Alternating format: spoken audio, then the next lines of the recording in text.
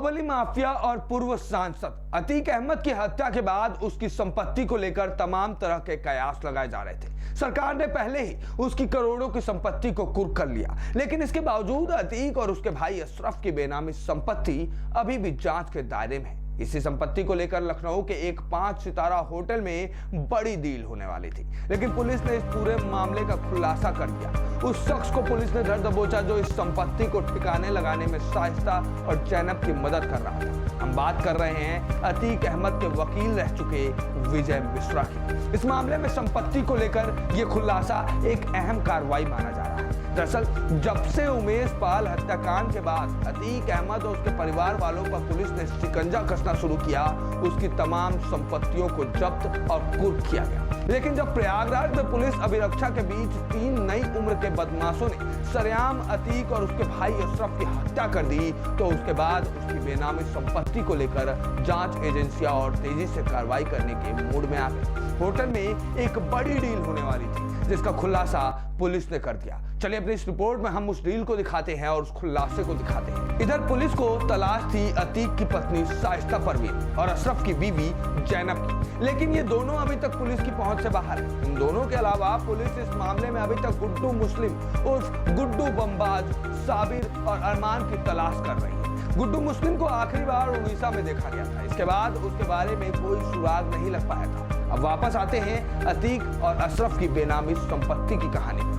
Police की सूत्रों से जानकारी मिली थी कि राजधानी लखनऊ के एक नामी होटल में कोई बड़ी डील होने वाली है, जिसका संबंध अतीक अहमद गैंग और उसके परिवार से है। इसी सूचना के आधार पर पुलिस ने एक विशेष टीम बनाकर उस होटल में भेजी और छापेमारी के दौरान अतीक का वकील विजय मिश्रा पुलिस के हत्थे चढ़ गया। पकड़े जाने के बाद विजय ने जो खुलासा किया वो बेहद हैरान करने वाला और परेशान करने वाला था। विजय से पूछताछ के दौरान पुलिस को पता चला कि अतीक अहमद की पत्नी शाइस्ता परवीन और अतीक के भाई अशरफ की पत्नी जैनब को अब पैसों की तंगी सता रही थी। उन दोनों के पास अब पैसे नहीं, इसलिए वे दोनों अतीक और अशरफ की बेनामी संपत्तियों को बेचने की कोशिश कर रहे हैं, ताकि वो अपने बेटे अली और उमर को जेल से बाहर निकाल सके और फिर से अपना साम्राज्य खड़ा कर सके। इस काम को अंजाम तक पहुंचाने के लिए शाइस्ता और जैनब ने अतीक के वकील विजय मिश्रा को अपने इस प्लान में शामिल कर लिया। इस पूरे मामले में सबसे बड़ी परेशानी ये थी कि उत्तर प्रदेश का कोई भी कारोबारी या बिल्डर अतीक अहमद की बेनामी संपत्ति को खरीदने के लिए तैयार नहीं था। कोई भी अतीक गैंग से जुड़ी संपत्ति पर हाथ रखने को राजी नहीं था। लिहाजा इसी दौरान वकील विजय मिश्रा को उत्तर प्रदेश के एक ऐसे माफिया के बारे में पता चला जो नेपाल में रहता है और भारत में काम करता है। सूत्रों के मुताबिक वकील विजय मिश्रा ने नेपाल में रहने वाले उस माफिया से संपर्क किया। कई दौर की बातचीत के बाद नेपाल में रहने वाले यूपी का वो माफिया इन संपत्तियों को खरीदने के लिए तैयार हो गया। संपत्ति की तस्वीर और वीडियो के साथ जरूरी कागजात विजय मिश्रा ने व्हाट्सएप के जरिए नेपाल के उस माफिया को भेजे थे। इसके बाद जमीन की डील पक्की हो गई थी, लेकिन नेपाल में बैठा वो खरीदार माफिया एक बार आमने सामने बैठकर विजय मिश्रा और शाइस्ता या जैनब से बात करना चाहता था। इसके लिए लखनऊ में मीटिंग फिक्स की गई, जिसमें अशरफ की पत्नी जैनब, वकील विजय मिश्रा और नेपाल का खरीदार माफिया शामिल होने वाला था। बात बनती नजर आ रही थी। अतीक की कई बेनामी संपत्तियां बिकने की उम्मीद हो गई थी, लेकिन इसी बीच सीमा हैदर अवैध रूप से भारत आ गई, जिससे शाइस्ता परवीन और जैनब के अरमानों पर पानी फिर गया। शाइस्ता का सारा प्लान धरा का धरा रह गया। सूत्रों से मिली जानकारी के मुताबिक बेनामी संपत्ति की डील के लिए मीटिंग 26 जुलाई को फिक्स हुई थी। वकील विजय मिश्रा लखनऊ पहुंच चुका था, लेकिन उसे बताया गया कि खरीदार नेपाल से उस दिन नहीं बल्कि दूसरे दिन निकलेगा। अगले 3 दिनों तक मीटिंग का समय टलता गया। सूत्रों के मुताबिक पूछताछ में पता चला कि जब विजय मिश्रा ने नेपाल के माफिया से मीटिंग टालने का कारण पूछा तो जवाब मिला कि पाकिस्तान की सीमा गुलाम हैदर नेपाल के रास्ते भारत में चोरी छुपे घुसी है। इसके बाद से नेपाल बॉर्डर पर सख्ती बढ़ा दी गई।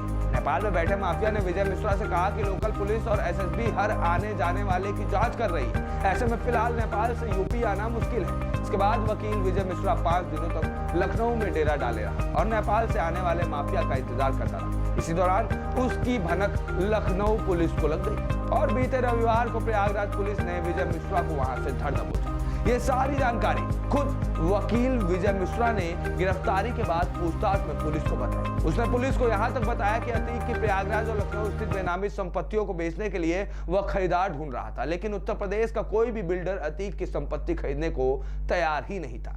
इसलिए वो ये संपत्ति नेपाल के एक माफिया को बेचने की तैयारी में था, जिसके साथ मीटिंग करने वो लखनऊ आ गया था। विजय मिश्रा से की गई पूछताछ के दौरान ही यह खुलासा हुआ कि अतीक अहमद ने साल 2015 में गौसपुर कठुला में जमीन खरीदी थी।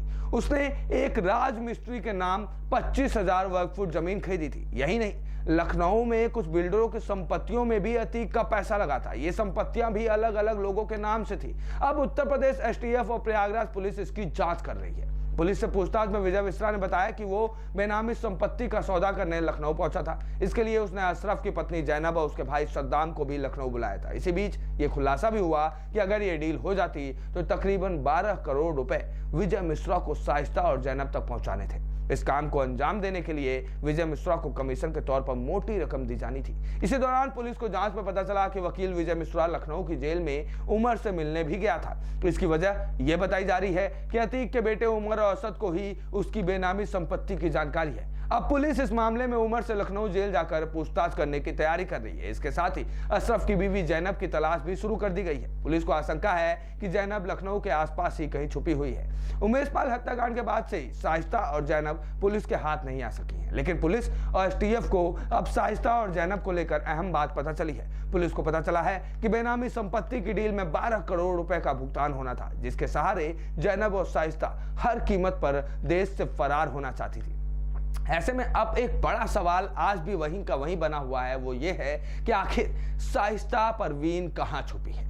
इस खुलासे के बावजूद 50,000 की इनामी शाइस्ता परवीन अभी भी पुलिस के लिए एक राज बनकर रह गई है। फरार शाइस्ता को पकड़ने के लिए उत्तर प्रदेश से लेकर दिल्ली तक दर्जन भर छापेमारी हो चुकी है, लेकिन उसका आता पता नहीं चल सका है। जानकारी के मुताबिक अतीक अहमद ने जीते जी ही अपनी पत्नी शाइस्ता को सुरक्षित स्थान पर भेज दिया था, जहां पुलिस उस तक ना पहुंच पाए। यही कारण है कि अपने बेटे के एनकाउंटर होने के बाद, अपने पति के मरने के बाद भी वह मिट्टी में नहीं पहुंची थी। वहीं अशरफ की पत्नी जैनब भी फरार है और वो भी अपने पति के जनाजे में नहीं आई थी। बता दें कि उमेश पाल हत्याकांड के बाद जैनब अपने घर में ही मौजूद थी। तब तक पुलिस ने उसे आरोपी नहीं बनाया था। हालांकि पुलिस ने दबिश देकर उसे पकड़ा था और पूछताछ के बाद शांति भंग में उसका चालान कर दिया। इसके बाद जैनब ने पुलिस के खिलाफ मोर्चा खोल दिया था। इस बीच पुलिस ने भी जैनब को उमेश पाल हत्याकांड में वांटेड कर दिया था और ठीक उसी के बाद जैनब भी फरार हो गई थी।